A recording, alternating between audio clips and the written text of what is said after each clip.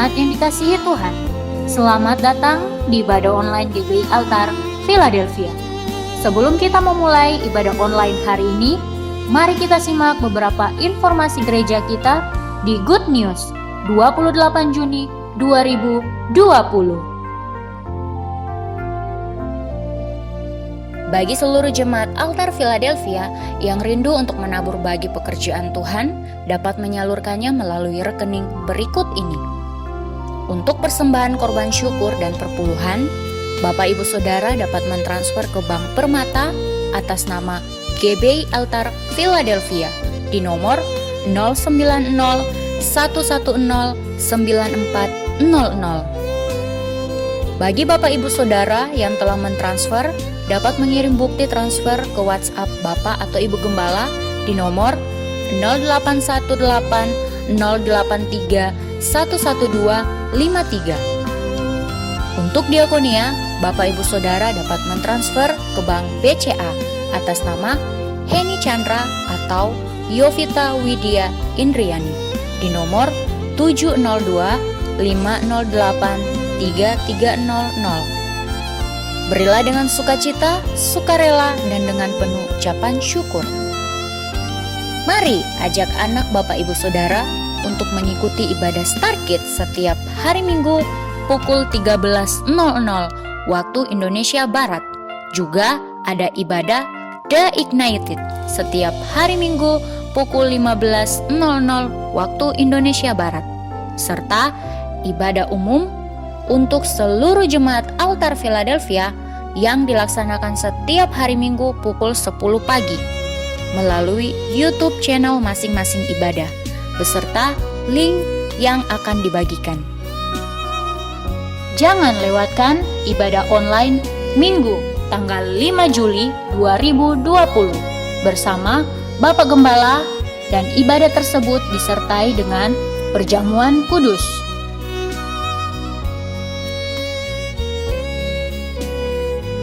GBI Altar Philadelphia's Prayer. Firman Tuhan berkata, "Dan apabila kamu berseru dan datang berdoa kepadaku, maka aku akan mendengarkan kamu." Mari Bapak Ibu Saudara, bersama-sama kita mengambil bagian untuk berdoa setiap 1 jam per hari di rumah kita masing-masing. Untuk mendapatkan informasi selanjutnya, dapat Bapak Ibu Saudara lihat di official Instagram kita di @GBI-Altar-Philadelphia dan akun Facebook kita GBI Altar Philadelphia Jakarta, agar tidak ketinggalan informasi mengenai roti hidup, ulang tahun, caring prayer, dan lain sebagainya. Sekian Good News GBI Altar Philadelphia pada minggu ini. Tuhan Yesus memberkati.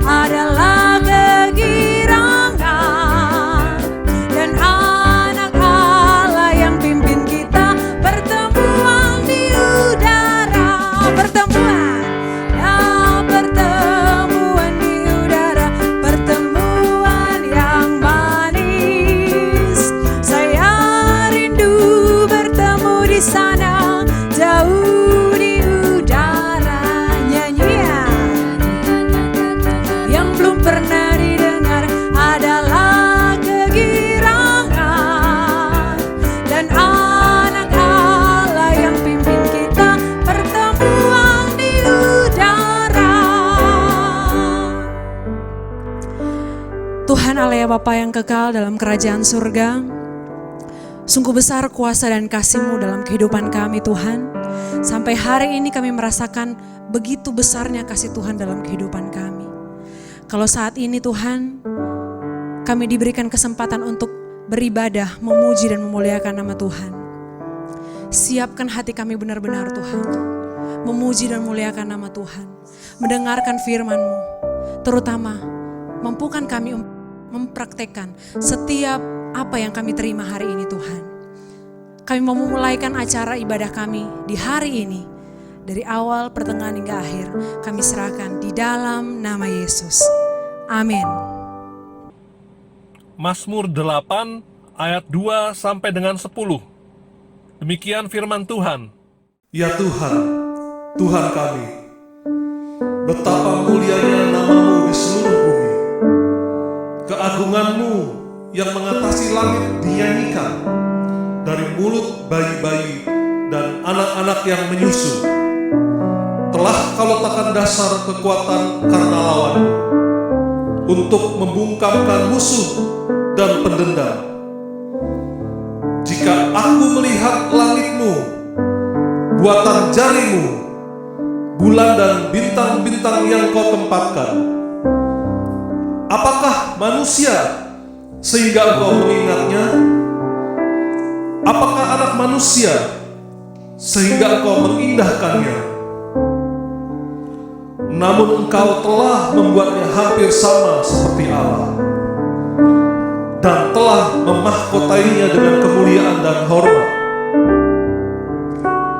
Engkau membuat dia berkuasa atas buatan tangan-Mu. Segala-galanya telah Kau letakkan di bawah kakinya. Kambing domba dan lembu sapi sekalian, juga binatang-binatang di padang, burung-burung di udara, dan ikan-ikan di laut, dan apa yang melintasi arus lautan. Ya Tuhan, Tuhan kami, betapa mulianya nama-Mu di seluruh bumi.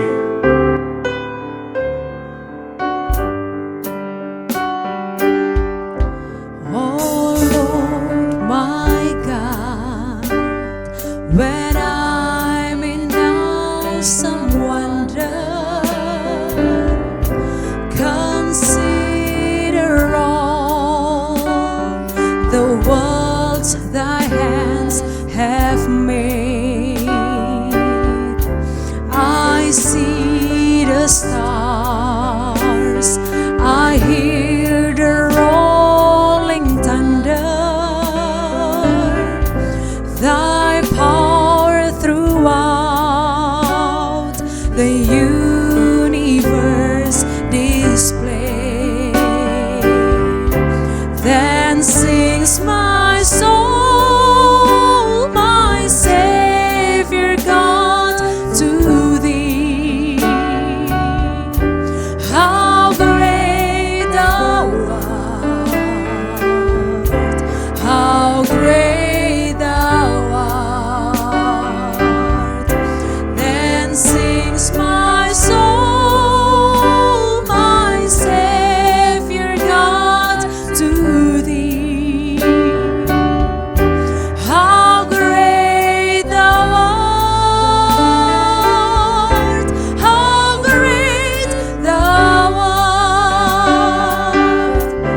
And when I think of God, His Son not sparing, send Him to die, I scarce can take it in.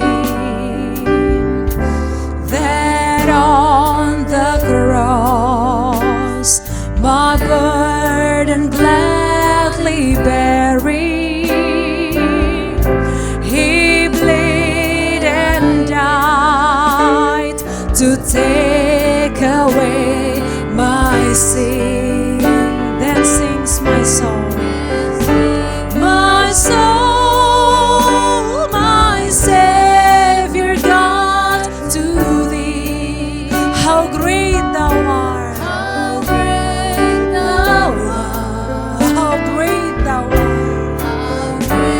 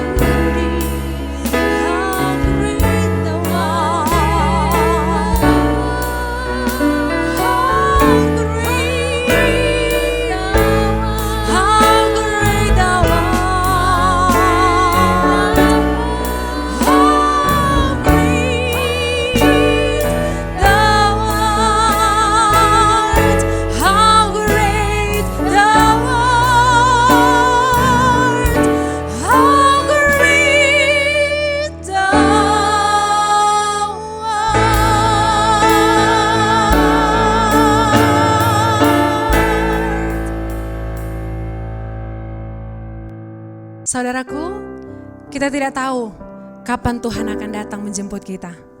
Tetapi yang pasti, Dia akan segera datang, menyediakan Yerusalem yang baru bagi kita. Saudara dan saya, siapkah kita bersama-sama dengan Tuhan ke Yerusalem, kota yang paling indah yang Tuhan siapkan buat kita.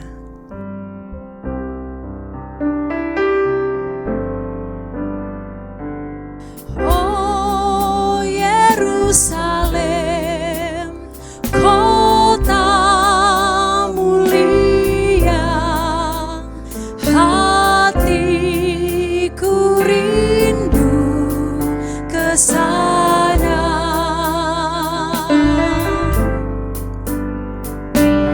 Oh Yerusalem, kota mulia, hatiku rindu ke sana.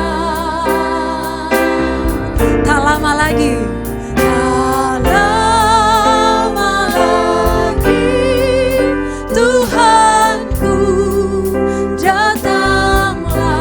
Bawa kami Tuhan, haleluya, saya masuk sana. Tak lama lagi, Tuhanku datanglah. Bawa saya masuk sana.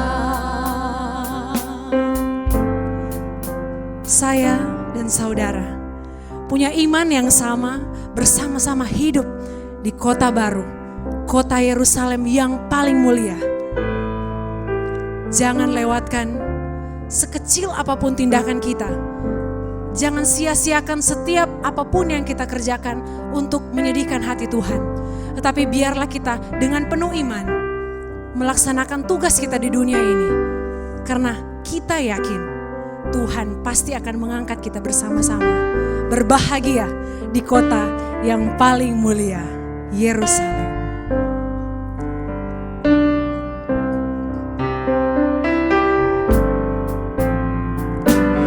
Oh Yerusalem, kota mulia. Katakan hatiku rindu. Amin. Ke sana. Oh Yerusalem.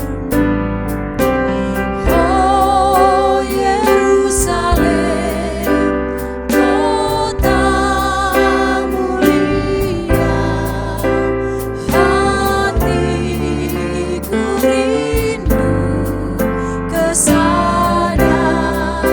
Tak lama lagi Tuhanku datanglah.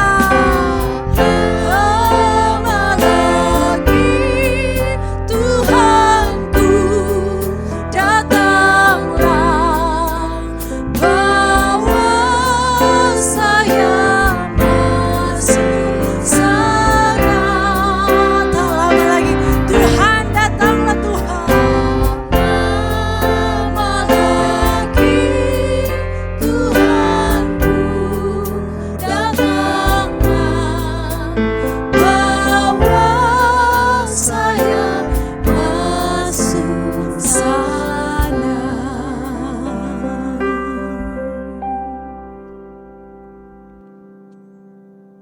Saatnya kita akan mendengarkan berita firman Tuhan yang akan disampaikan oleh Bapak Pendeta Dr. Welly Sondak.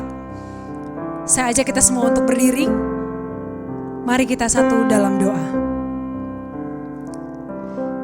Bapa kami yang bertahta dalam kerajaan surga, saatnya, waktunya telah tiba, kami akan mendengarkan perkataan Tuhan lewat hambanya nanti. Siapkan hati dan pikiran kami Tuhan, biar kami tetap fokus. Mampukan kami untuk menerima firman yang akan disampaikan.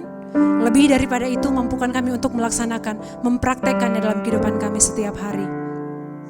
Buat hamba-Mu Tuhan, mau urapi dia, pikiran perkataannya, Engkau mau urapi, biar dia berkata-kata sesuai dan seturut kehendak Tuhan. kami sambut pembacaan firman Tuhan hari ini di dalam nama Yesus. Amin.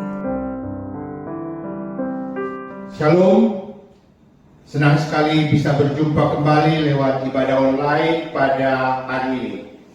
Saya mengucap syukur diberi kesempatan oleh Bapak Gembala kita untuk menyampaikan kebenaran firman Tuhan. Tema yang kita akan sampaikan pada hari ini adalah rapture atau pengangkatan gereja dan kedatangan Tuhan yang kedua. Ayat yang terambil adalah di dalam 1 Tesalonika 4 ayat 16 dan 17. Kalau kita melihat kepada janji berkat, ayat ini sudah sering dipakai oleh para hamba Tuhan ketika mau memberi berkat. Bilangan 6 ayat 24 dan 27. Tuhan memberkati engkau dan melindungi engkau. Tuhan menyinari engkau dengan wajahnya dan memberi engkau kasih karunia. Tuhan menghadapkan wajahnya kepadamu dan memberi engkau damai sejahtera. Demikianlah harus mereka meletakkan namaku atas orang Israel, maka aku akan memberkati mereka. Jadi janji ini diberikan Tuhan kepada Musa untuk diucapkan sebagai janji akan Kristus Yesus. Sebab nanti di dalam kitab Perjanjian Baru, Efesus 5 ayat 8 dan 10, kita menjadi anak-anak terang. Memang dahulu kamu adalah kegelapan, tetapi sekarang kamu adalah terang di dalam Tuhan. Sebab itu, hiduplah sebagai anak-anak terang. Karena terang hanya berbuahkan kebaikan dan keadilan dan kebenaran. Dan ujilah apa yang berkenan kepada Tuhan. Jadi, setelah menerima terang kasih Tuhan, kita diminta hidup sebagai anak terang. Jadi berarti kita harus baik, adil, dan benar. Dan standar benar, adil, dan baik kita padanankan dengan firman Allah. Waktunya Tuhan, atau biasa disebut Kairos, kita telah menyaksikan Kristus lahir, kita rayakan sebagai peristiwa Natal, di mana kita rayakan Raja Damai, Kristus yang begitu mulia, turun ke dalam bumi, lahir di kandang yang hina, menjadi anak manusia. Selama hidupnya, dia tidak berbuat kesalahan. Dia memberi kebaikan-kebaikan. Tetapi kemudian, dia harus naik ke kayu salib untuk menebus dosa saudara dan dosa saya. Oleh kematiannya, itu berarti dia memberikan anugerah Allah yang terbesar bagi umat manusia. Berikut, setelah disalibkan, mati, tetapi pada hari yang ketiga, ternyata Kristus telah dibangkitkan. Kita telah belajar pada waktu yang lampau, Kristus telah dibangkitkan oleh Allah Tritunggal. Allah Bapa, Kisah Para Rasul 2 ayat 31-32, Allah Anak, Yohanes 10 ayat 17 dan 18, dan Allah Roh Kudus, Roma 8 ayat yang ke-11. Selanjutnya, setelah Yesus berada pasca dibangkitkan, dia berada bersama dengan para murid-muridnya. Dia mengajar mereka tentang kerajaan Allah, dan akhirnya kita sudah merayakan kenaikan Yesus Kristus ke surga. Dia naik ke surga, berarti dia menduduki kembali tahtanya sebagai Tuhan Raja di atas segala raja. Dan sebelum dia kembali ke surga, Dia sudah menyatakan bahwa dia akan kembali. Dan dia kemudian sudah mengirimkan Roh Kudus untuk diam di setiap orang percaya. Dengan maksud apa? Agar kita mampu melaksanakan misi keselamatan umat manusia. Kita melaksanakan penginjilan di seluruh muka bumi. Kisah Rasul 1 ayat 8 dan Kisah 4 ayat 31.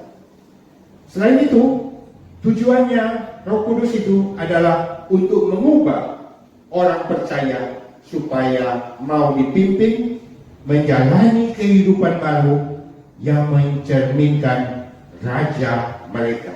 Ini bisa kita baca di dalam Roma 8 ayat 9 dan 11, juga di dalam 2 Korintus 3 ayat yang ke-18. Dan terakhir, pengangkatan gereja atau rapture dan kedatangan Tuhan yang kedua sebagai Raja dan Hakim yang adil. Kedatangan Kristus atau mengangkat kita ini menjadi impian, menjadi kerinduan dari setiap orang percaya.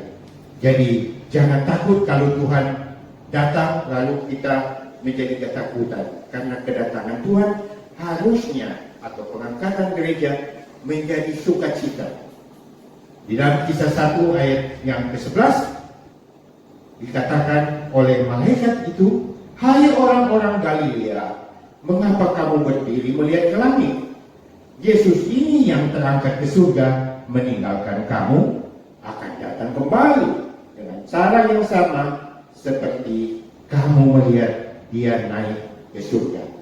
Itu sebabnya dalam doa Bapa kami, Matius 6 ayat yang ke-10, kita diajarkan dalam ayat yang ke-10, doa Bapa kami, "Datanglah kerajaanmu, jadilah kehendakmu di bumi seperti di surga." Jadi kita umat Kristiani, umat yang percaya, senantiasa mau berdoa mengharapkan Tuhan untuk datang menjemput kita sebagai gerejanya. Kalau kita simpulkan, maka kedatangan Kristus itu sudah terjadi, kematian sudah terjadi, kebangkitan, kenaikan Tuhan sudah terjadi. Dan periode masa gereja ada masa anugerah Pentakosta itu sedang kita jalani saat ini. Yang mau kita rindukan adalah pengangkatan gereja. Dalam capture ini kita bisa lihat nomor 1, rapture of the church. Jadi gereja itu diangkat. Lalu kemudian yang kita rindukan juga adalah poin yang keempat, yaitu Kristus datang kembali. Jadi dia akan datang kembali. Nah, bagi kita umat Kristiani, kita percaya bahwa sebelum kesusahan besar atau masa 7 tahun tribulation yang oleh kitab Daniel disebut 3,5 tahun dan kemudian 3,5 tahun kemudian, jadi total 70 minggu, ini merupakan kesusahan yang besar dan tidak mungkin bisa dialami tidak tahan umat Kristiani. Sebab itu maka pengangkatan gereja akan terjadi. Baru kemudian nanti pada poin setelah Yesus datang yang kedua, baru terjadi masa milenium. Masa milenium artinya masa 1000 tahun pemerintahan Kristus. Dan kita akan datang pada saat itu bersama dengan. Jadi pada kedatangannya yang kedua, Yesus bersama-sama dengan para saleh-salehnya, yaitu kita, akan datang dalam pemerintahan masa milenium atau masa 1000 tahun pemerintahan Kristus. Setelah itu baru kemudian akan terjadi pengadilan tata putih atau Great White Road Judgment, di mana orang-orang yang tidak diselamatkan itu akan dibangkitkan dan kemudian akan mengalami penghakiman. Jadi ini yang kita sedang amati. Berikut Mengapa masih banyak orang tidak takut untuk berbuat jahat? Pengkhotbah 8 ayat 11 dan 12 berkata, oleh karena hukuman terhadap perbuatan jahat tidak segera dilaksanakan, maka hati manusia penuh niat untuk berbuat jahat. Walaupun orang yang berdosa dan yang berbuat jahat 100 kali hidup lama, namun aku tahu bahwa orang yang takut akan Allah akan beroleh kebahagiaan, sebab mereka takut terhadap hadiratnya. Jadi pada masa ini, sebetulnya kalau orang yang berbuat jahat langsung dihukum, tidak akan ada orang yang berani berbuat jahat. Tetapi karena Tuhan begitu kasih, Tuhan masih memberi kesempatan untuk mereka bertobat. Sebab itu waktunya belum tiba. Karena Allah kita adalah Allah yang sungguh sangat adil. Matius 16 ayat 27 dan 28 berkata, sebab anak manusia akan datang dalam kemuliaan Bapaknya diiringi malaikat-malaikatnya. Pada waktu itu, ia akan membalas setiap orang menurut perbuatannya.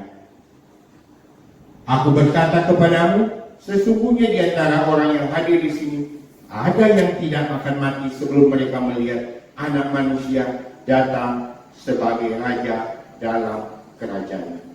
Jadi, Allah kita adalah Allah yang sungguh-sungguh Maha Kuasa, sungguh-sungguh Maha Kasih.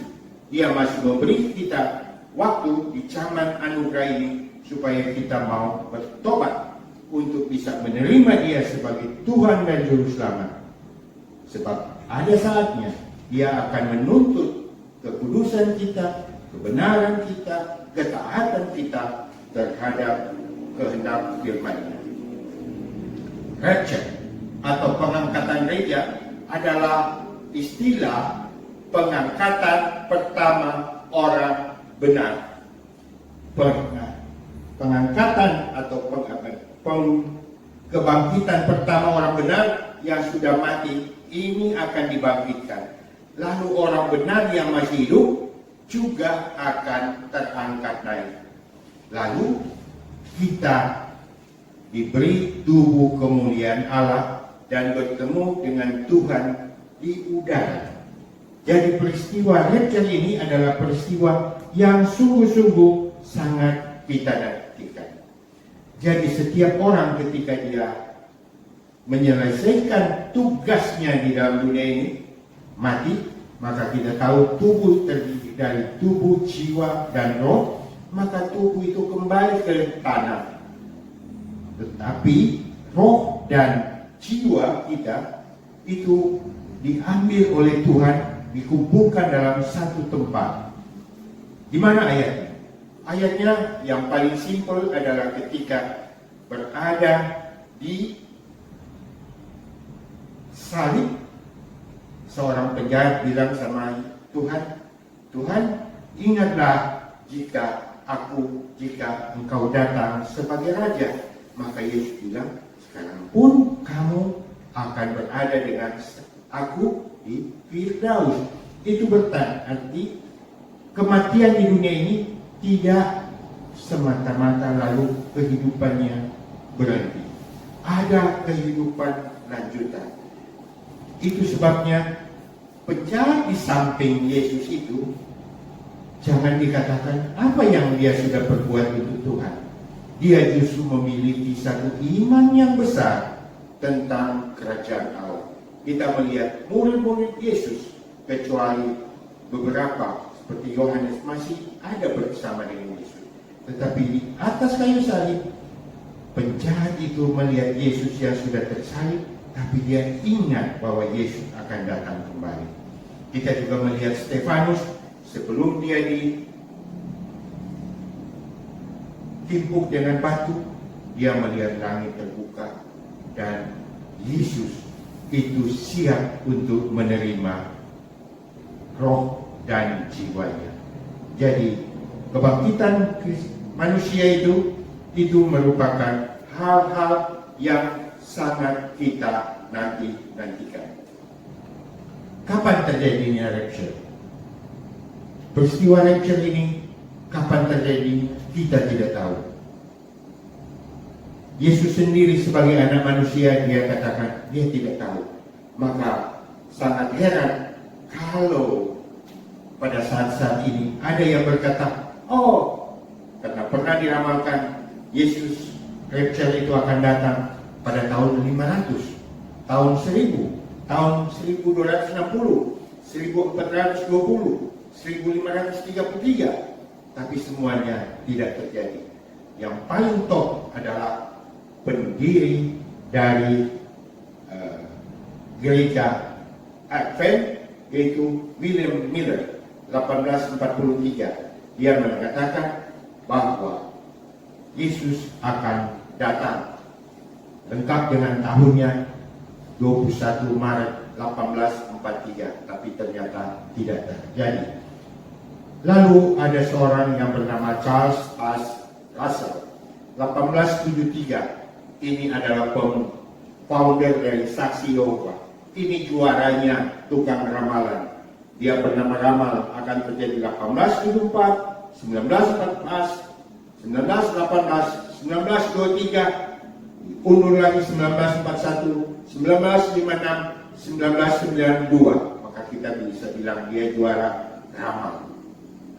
Lalu 1972 ada David Berg. Dia ini pendiri Children of God. Dia juga meramal.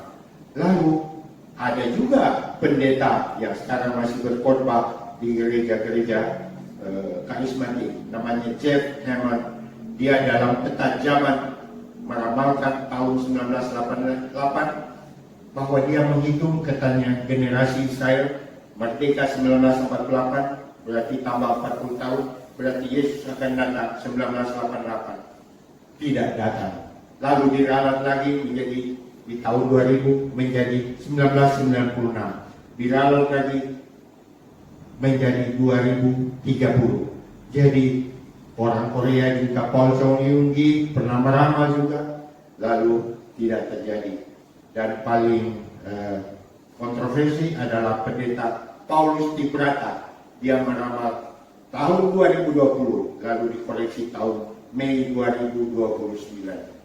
Ternyata Paul Tibrata sudah meninggal 11 September 2015. Dan hebohnya dia menyatakan akan bangkit 30 hari kemudian, membuat geger warga Jogja. Tetapi setelah ditunggu 30 hari tidak bangkit, lalu secara diam-diam dikuburkan. Nah, kalau demikian, siapakah yang disebut orang benar yang akan terangkat pada saat rapture? Roma 5 ayat 1. Sebab itu kita yang dibenarkan karena iman, kita hidup dalam damai sejahtera dengan Allah oleh karena Tuhan kita Yesus Kristus. Jadi orang benar adalah orang yang dibenarkan karena iman. Apakah kita orang beriman tidak berdosa? Orang beriman juga mungkin melakukan perbuatan dosa, baik dengan sengaja maupun tidak sengaja. Jadi kita akan diadili, tetapi oleh kasih anugerah Allah, maka dosa kita akan ditutupi oleh kasih anugerah Allah. Galatia 2 ayat 16 berkata, kamu tahu bahwa tidak seorang pun yang dibenarkan oleh karena melakukan hukum Taurat, tetapi hanya oleh karena iman dalam Kristus Yesus. Sebab itu kami pun telah percaya kepada Kristus Yesus supaya kami dibenarkan oleh karena iman dalam Kristus dan bukan oleh karena melakukan hukum Taurat. Sebab tidak ada seorang pun yang dibenarkan oleh karena melakukan hukum Taurat. Yohanes pasal yang kelima ayat 26 dan 29 berkata, janganlah kamu heran akan hal itu, sebab saatnya akan tiba bahwa semua orang yang di dalam kuburan akan mendengar suaranya. Dan mereka yang telah berbuat baik akan keluar dan bangkit untuk hidup yang kekal. Tetapi mereka yang telah berbuat jahat akan bangkit untuk dihukum. Jadi baik bagi yang jahat maupun yang baik akan dibangkitkan. Waktunya beda. Yang baik, yang benar dibangkitkan untuk diangkat bersama-sama dengan Tuhan. Sedangkan yang jahat yang tidak menerima Yesus itu tidak dibangkitkan. Pada saat itu baru nanti setelah selesai milenium baru mereka akan dibangkitkan. Dibangkitkan untuk apa? Untuk menjalani hukuman. Siapa yang membangkitkan kita? Roma 8 ayat 11, Roh Kudus yang akan membangkitkan kita. Dan jika roh Dia yang telah membangkitkan Yesus dari antara orang mati diam di dalam kamu, maka Ia yang telah membangkitkan Kristus Yesus dari antara orang mati akan menghidupkan juga tubuh yang fana itu oleh rohnya yang diam di dalam kamu.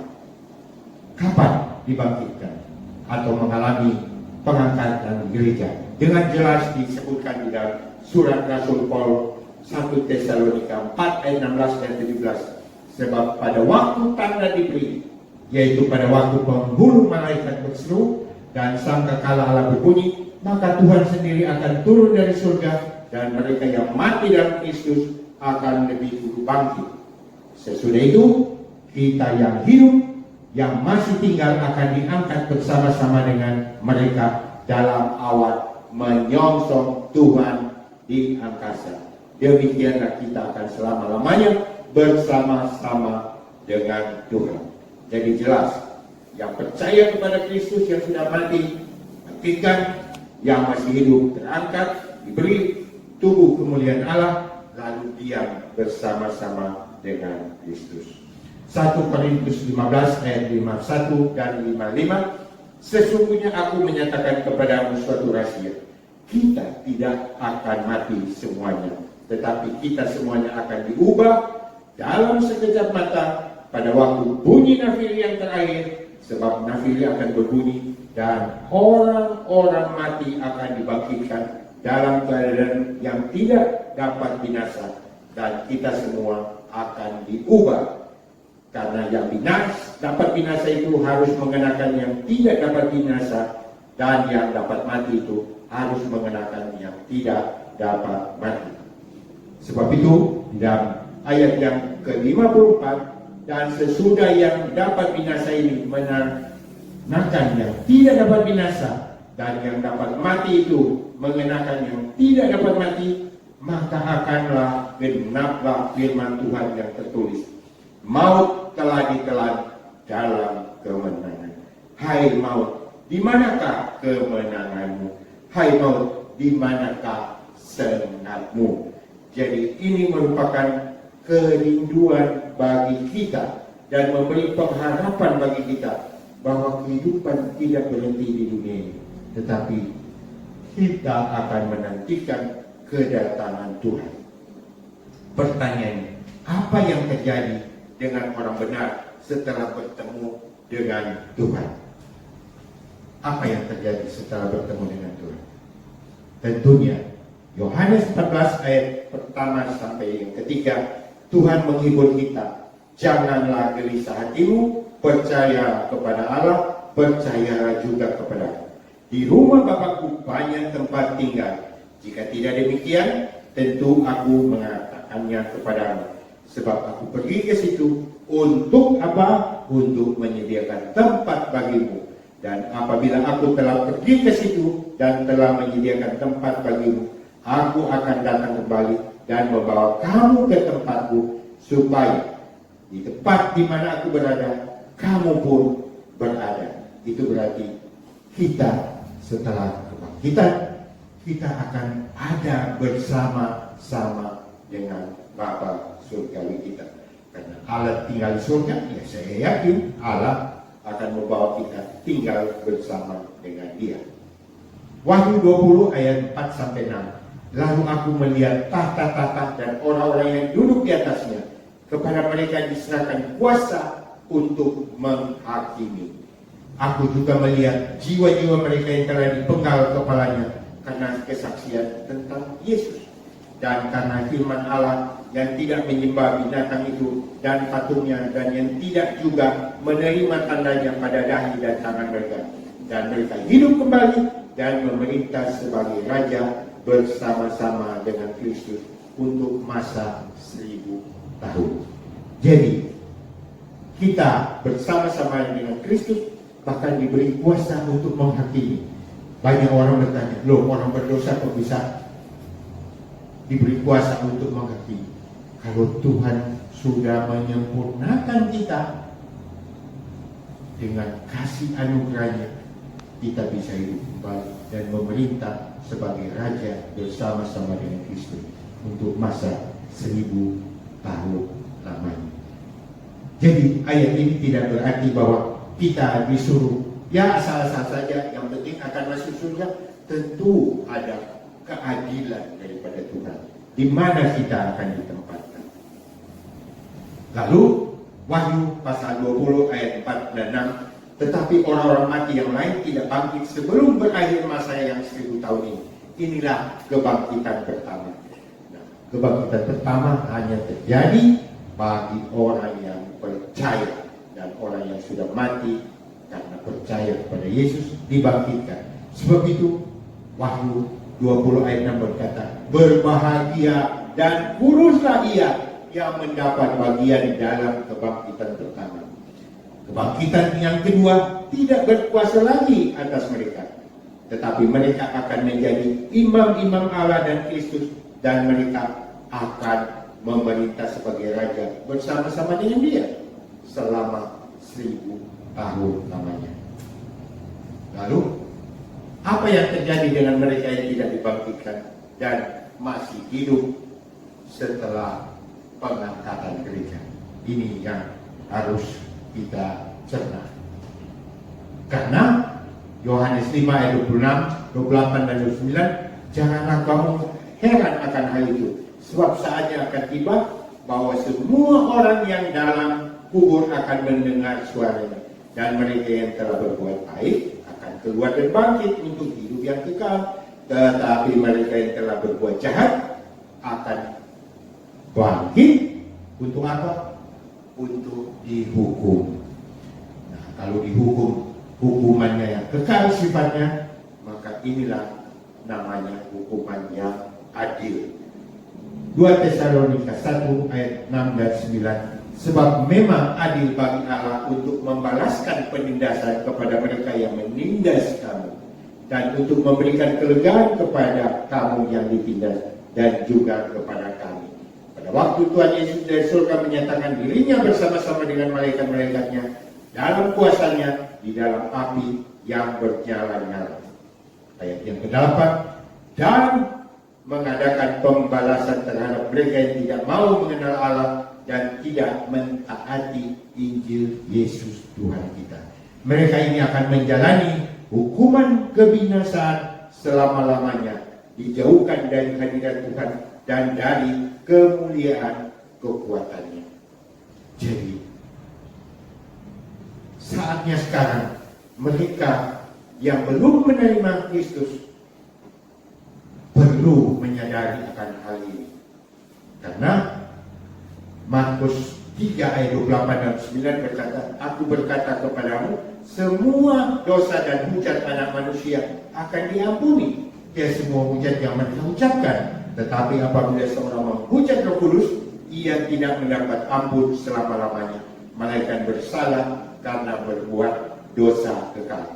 Jadi menghujat Roh Kudus ini dilakukan bukan oleh orang yang sudah percaya kepada Kristus, tetapi menghujat Roh Kudus ini diperkatakan ditujukan kepada orang-orang yang menolak pemberitaan Injil. Kita tahu Yesus berhadapan dengan para ahli-ahli Taurat. Mereka bilang, oh Yesus berbuat mujizat hanya karena roh dari si iblis, roh setan yang membuat dia menghina. Jadi mereka menghina. Tentunya sekarang kita tidak bisa bilang orang menghina Yesus, tetapi mereka yang menolak Injil keselamatan yang kita beritakan. Ingat, amanat agung, kita diberi kuasa untuk memberitakan Injil. Jadi Injil diberitakan dengan kuasa Roh Kudus. Jika mereka menolak, maka mereka akan mengalami penghukuman kekal nanti. Wahyu 16 ayat 18 dan 20. Ini akan terjadi setelah ada Yesus datang kembali. Karena di dalam ayat ini, ayat yang ke-18, maka memancarlah kilat dan menderulah bunyi guru, dan terjadilah gempa bumi yang dahsyat seperti belum pernah terjadi sejak manusia ada di atas bumi. Begitu hebatnya gempa bumi itu, dan semua pulau hilang lenyap dan tidak ditemukan lagi gunung-gunung. Jadi ketika Yesus datang kembali kedua kalinya, maka yang hidup pasti bergelimpangan. Jadi kalau kita lihat COVID yang meninggal di Italia belum seberapa dengan kalau nanti Yesus datang kembali untuk yang kedua kalinya. Terjadi gempa bumi. Gempa bumi paling besar berapa? Mungkin 8,5 skala Richter. Kita sudah banyak rumah yang roboh. Ini sampai pulau pun hilang. Bayangkan orang sehat rasa tidak mampu berdiri akan mati. Yeremia pasal 25 ayat 33 berkata, maka pada hari itu akan bergelimpangan orang-orang yang mati terbunuh oleh Tuhan dari ujung bumi sampai ke ujung bumi. Mereka tidak akan diratapi, tidak akan dikuburkan, mereka akan menjadi pupuk di ladang. Sebab itu, selagi masih ada kesempatan, kita harus tetap rajin mengabarkan ini, supaya saudara-saudara kita yang belum menerima, mereka boleh paham akan ada kedatangan Tuhan yang kedua. Sebab setelah pengangkatan gereja, maka tidak akan ada lagi Roh Kudus, tidak akan ada lagi penginjilan, berarti sudah tidak ada lagi kesempatan. Maka kesempatan pada zaman anugerah ini harus benar-benar kita manfaatkan. Yesaya 24 ayat 1, 3 dan 20. Yesaya 24 ayat 1, 3 dan 20 berkata, sesungguhnya Tuhan akan menanduskan bumi dan akan menghancurkannya, dan akan membalikkan permukaannya, dan akan menyerahkan penduduknya. Ayat yang ketiga, bumi akan ditanduskan setandus-tandusnya dan akan dijarah sehabis-habisnya, sebab Tuhanlah yang mengucapkan firman ini. Ayat yang ke-20, bumi terhuyung-huyung sama seperti orang mabuk dan goyang seperti gubuk yang ditiup angin. Dosa pemberontakannya menimpa dia dengan sangat, ia rebah dan tidak akan bangkit lagi. Jadi, kesimpulan pertama, kematian hanyalah akhir dari kehidupan fisik di dunia yang fana ini. Namun, bagi kita umat yang percaya dan beriman kepadanya, akan merupakan awal dari kehidupan kekal bersama Kristus di surga. Amin. Ini adalah sukacita yang luar biasa. Poin yang kedua, kapan Tuhan menyebut kita sebagai gerejanya? Kita tidak tahu. Yang paling penting, manakala sangkakala Allah berbunyi, kita akan terangkat naik untuk bertemu dengan Tuhan kita Yesus Kristus. Dan ini biarlah ini saja yang menjadi kerinduan setiap orang percaya. Kesimpulan yang ketiga, selama masih ada kesempatan, zaman anugerah ini, terimalah Yesus Kristus sebagai Tuhan dan Juru Selamat. Yohanes 11 ayat 25 dan 26. Akulah kebangkitan dan hidup. Barang siapa percaya kepadaku, ia akan hidup walaupun ia sudah mati. Dan setiap orang yang hidup dan yang percaya kepadaku tidak akan mati selama-lamanya. Sebab itu Tuhan Yesus berkata, akan ada sukacita di surga karena satu orang berdosa yang bertobat, lebih daripada sukacita karena 99 orang benar yang tidak memerlukan pertobatan. Demikian juga akan ada sukacita pada malaikat-malaikat Allah karena satu orang berdosa yang bertobat. Ini bisa kita baca di dalam Lukas 15 ayat 7 dan 10. Poin yang keempat, bagi yang sudah dibenarkan, bagi yang sudah benar, saudara dan saya, tetaplah giat melayani Tuhan.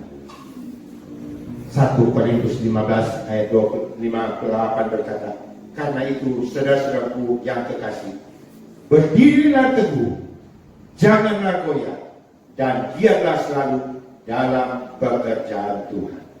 Sebab kamu tahu bahwa dalam persekutuan dengan Tuhan jerih payahmu tidak sia-sia. Jadi jangan jerih, jangan lemah, tetap giat melakukan. Semoga dengan memahami akan datangnya saat penjemputan gereja atau rapture dan kedatangan Tuhan yang kedua kalinya menjadikan iman kita tetap teguh, tidak goyah di saat menjalani sisa hidup kita di dunia ini. Tetaplah setia untuk kepada Tuhan, melayani Dia dengan kerelaan, dengan sukacita, karena kita akan menerima upah yang besar di surga. Sebelum kita tutup di dalam doa syafaat dan doa berkat, kita akan mendengarkan pujian dari teman-teman kita, lagunya Hiduplah, hidup ini adalah kesempatan.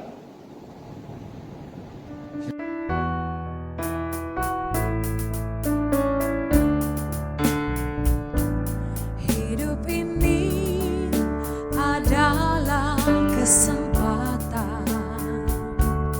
Hidup ini untuk melayani Tuhan.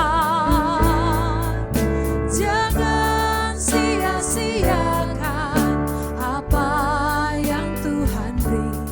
Hidup ini harus jadi berkat. Oh Tuhan, pakailah hidupku selagi aku masih kuat. Bila saatnya nanti ku tak berdaya lagi, hidup ini sudah jadi berkat. Katakan hidup ini adalah kesempatan. Hidup ini untuk melayani Tuhan. Jangan sia-siakan apa yang Tuhan beri. Hidup ini harus jadi berkat. Oh Tuhan, pakailah hidupku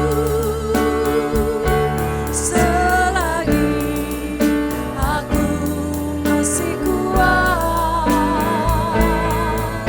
Bila saatnya nanti ku tak berdaya lagi, hidup ini sudah jadi berkat.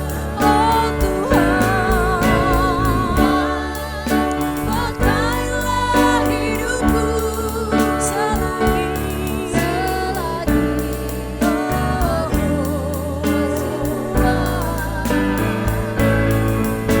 bila saatnya nanti ku tak berdaya lagi, hidup ini sudah jadi berkat. Bila saatnya nanti, bila saatnya nanti ku tak berdaya lagi, hidup ini sudah jadi berkat. Hidup ini sudah jadi berkat. Hidup ini sudah jadi berkat.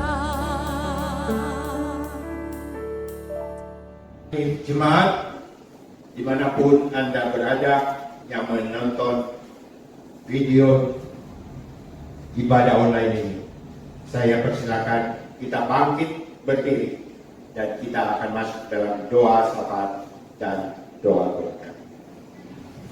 Ya Tuhan Allah Bapa yang bertata di dalam kerajaan surga, dalam waktu yang singkat ini kami telah mempelajari dan mendengar firman Tuhan yang memperkatakan bahwa ada saatnya Engkau akan memanggil kami, mengangkat kami, baik yang sudah mati maupun yang masih hidup. Yang sudah mati akan dibangkitkan, yang hidup juga akan diangkat untuk bersama-sama Dia berada bersama dengan Bapa surgawi. Sebab itu ya Tuhan, kami bersyukur untuk kebaikan Tuhan. Karena kasih dan anugerah-Mu, Engkau telah menebus kami, sehingga oleh iman percaya kami boleh menjadi benar, dibenarkan, kami boleh diampuni segala dosa kami, dan kami boleh memperoleh berkat predikat sebagai anak-anak Allah. Sehingga kami akan percaya Tuhan, karena kasih dan anugerah-Mu, kami sekali kelak akan bersama-sama dengan Tuhan. Sebab itu Tuhan, biarlah pada saat ini kami mohon pengampunan. Sekiranya selama masa yang lampau kami kurang menyadari akan berkat yang sudah kami terima, sehingga hidup kami kurang berkenan kepada-Mu. Ampuni segala dosa dan kelemahan kami, kuduskan kami, dan biarlah Roh-Mu yang kudus senantiasa boleh memberi kami kepekaan, supaya kami boleh menyadari tuntunan kuasa-Mu dalam hidup kami, sehingga Engkau boleh arahkan jalan hidup kami, senantiasa boleh memuliakan kami. Kami boleh senantiasa melakukan apa yang Tuhan kehendaki untuk menjadi berkat, membawa terang-Mu yang ajaib di tengah-tengah dunia yang gelap ini. Lewat firman-Mu, Engkau sudah mengingatkan akan mereka yang tidak percaya kepada-Mu, yang menolak kasih karunia-Mu, mereka akan mengalami penghukuman yang kekal. Sebab itu Tuhan, biarlah Tuhan, Engkau boleh memberi kami kekuatan, memberi kami penghiburan, supaya kami boleh melayani. Beri kami karunia Roh Kudus-Mu, supaya kami boleh memberitakan Injil kebenaran-Mu di tengah-tengah dunia yang gelap ini, sehingga banyak orang boleh menerima Engkau sebagai Tuhan dan Juru Selamat kami. Terima kasih Tuhan. Secara khusus kami mau berdoa untuk saudara-saudara kami yang pada saat ini mengalami kelemahan. Tuhan beri mereka kekuatan. Yang lemah imannya, Tuhan bangkitkan semangat supaya mereka tetap setia kepada-Mu. Yang sakit, Engkau sembuhkan. Yang dalam kesulitan ekonomi, biarlah Tuhan hiburkan dan Tuhan beri kemudahan sehingga mereka dapat memperoleh pekerjaan, dan biarlah mereka tetap setia kepada-Mu. Yang masih dalam sekolah, biarlah Tuhan juga tuntun mereka supaya mereka dapat belajar lewat online, karena saat ini ya Tuhan, di tengah-tengah COVID mereka harus belajar sendiri di rumah. Ini sesuatu yang berat, tetapi kami percaya kalau Tuhan yang menolong, anak-anak kami akan berhasil. Kami ingat akan pemerintah kami, bangsa kita. Biarlah Tuhan Engkau berikan hikmat takut akan Engkau kepada Presiden, Wakil Presiden, para Menko, Menteri, Gubernur, Bupati, Wali Kota, Camat, Lurah, sampai ke tingkat desa. Tuhan senantiasa beri mereka hikmat takut akan Engkau, sehingga mereka dapat memerintah negeri ini. Mereka boleh memperoleh hikmat bijaksana daripada-Mu, sehingga mereka dapat menuntut negeri ini terbebas dari COVID dan terbebas dari segala masalah ekonomi keuangan. Terima kasih Tuhan, terima kasih Yesus. Berkati juga para tenaga medis, para perawat, dan mereka yang terlibat dalam pelayanan COVID. Taruhkan mereka Roh-Mu yang kudus, Roh-Mu yang penuh kasih, sehingga mereka dapat melayani dengan kasih Tuhan. Lindungi mereka ya Tuhan, dan keluarga mereka. Terima kasih Tuhan. Kami juga ingat Gembala kami, Bapak Pendeta Titus Hagai Handoyo bersama Ibu Gembala, yang saat ini masih dalam suasana pemulihan kesehatannya. Biarlah Tuhan Engkau tetap menyertai hamba-Mu ini, berikan dia kekuatan, kesehatan dan kesembuhan, sehingga pada saatnya dia akan kembali bersama-sama dengan Ibu dan dapat melayani di jemaat kami dan dimanapun Tuhan perkenankan untuk dia boleh berlayani. Terima kasih Tuhan, terima kasih Yesus. Kini saudara-saudaraku yang kekasih di dalam Tuhan, terimalah anugerah dari Allah Bapa, kasih sayangnya Tuhan kita Yesus Kristus, persekutuan Allah Roh Kudus, kiranya menyertai saudara sekalian, mulai saat ini sampai Maranatha, Yesus kembali di awan-awan menjemput kita sebagai gerejanya. Glory, glory, haleluya. Glory, glory, haleluya. Haleluya, puji-Mu.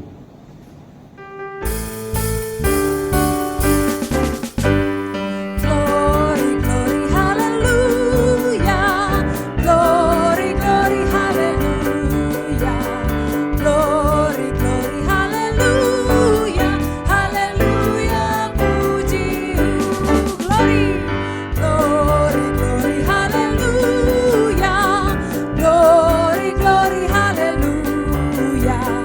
Glory, glory, hallelujah. Hallelujah, puji-Mu. Hallelujah, hallelujah, puji-Mu. Hallelujah, hallelujah, puji-Mu. Beri kemuliaan buat nama Tuhan. Demikianlah ibadah online Jemaat GBI Altar Philadelphia Jakarta. Sampai ketemu lagi minggu depan. Tuhan Yesus memberkati.